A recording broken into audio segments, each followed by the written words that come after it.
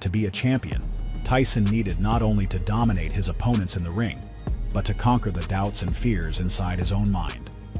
Tyson's success, D'Amato believed, depended on his ability to see boxing as a way of life, a mindset that would fuel his passion and drive to become the greatest fighter the world had ever seen. The training regimen, transforming Tyson into a champion. By the time Mike Tyson was in his late teens, under Cus D'Amato's tutelage, he had undergone a radical transformation, both physically and mentally. His early years in boxing were a blur of raw aggression and primal instinct, but D'Amato's influence introduced a system that would shape Tyson into a calculated, relentless force in the ring. The tough love approach, which initially seemed harsh and demanding, began to reveal its profound impact on Tyson's development. D'Amato, who had long been known for his unique peekaboo style, saw it as the perfect method to harness Tyson's ferocity and speed. This style was centered on defensive boxing, using constant movement, head fakes, and an upright stance with hands held high, allowing the fighter to get close to an opponent and land devastating punches with lightning speed. Tyson's natural ability to close distance and land powerful hooks and uppercuts was enhanced by D'Amato's guidance, and soon Tyson began to perfect a strategy that few others could replicate.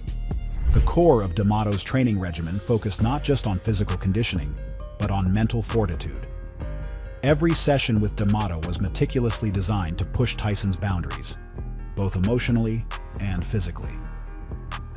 There was no room for weakness or self-doubt.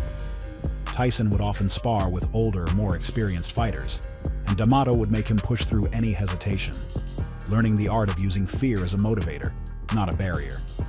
One of the key elements of D'Amato's approach was repetition. Tyson would drill the same movements over and over again, repeating punches and footwork patterns until they became second nature. The repetition was more than just physical. It ingrained in Tyson the discipline and mental toughness necessary for success. D'Amato would often tell Tyson, "You're not just training your body, you're training your mind to react without thinking." A typical day in the gym would start with intense cardiovascular work, long runs, jump rope sessions, and sprint intervals. These exercises were designed to build Tyson's stamina, but also to develop his mental toughness. D'Amato believed that a fighter who could maintain focus and push through fatigue would have an edge over opponents who struggled with the psychological aspect of the sport. As Tyson's conditioning improved, the intensity of his sparring sessions grew.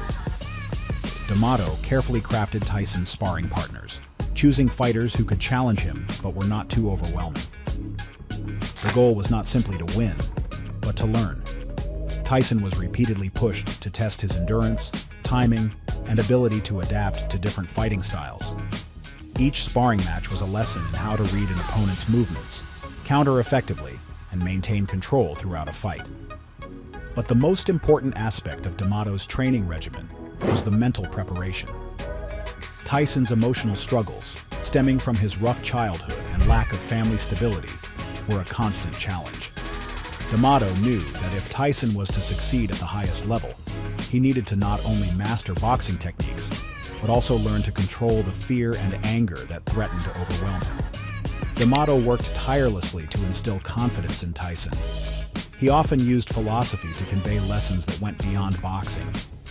He would talk to Tyson about life, responsibility, and the importance of belief in one's own ability.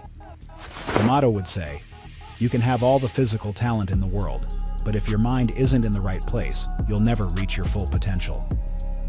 Tyson's physical and emotional transformation was remarkable. Under D'Amato's guidance, he became an unrelenting, focused fighter, one who could break down opponents both mentally and physically. Tyson's ability to absorb punishment and continue attacking was unmatched. But perhaps more importantly, Tyson learned to trust in his own abilities, even when the odds seemed insurmountable.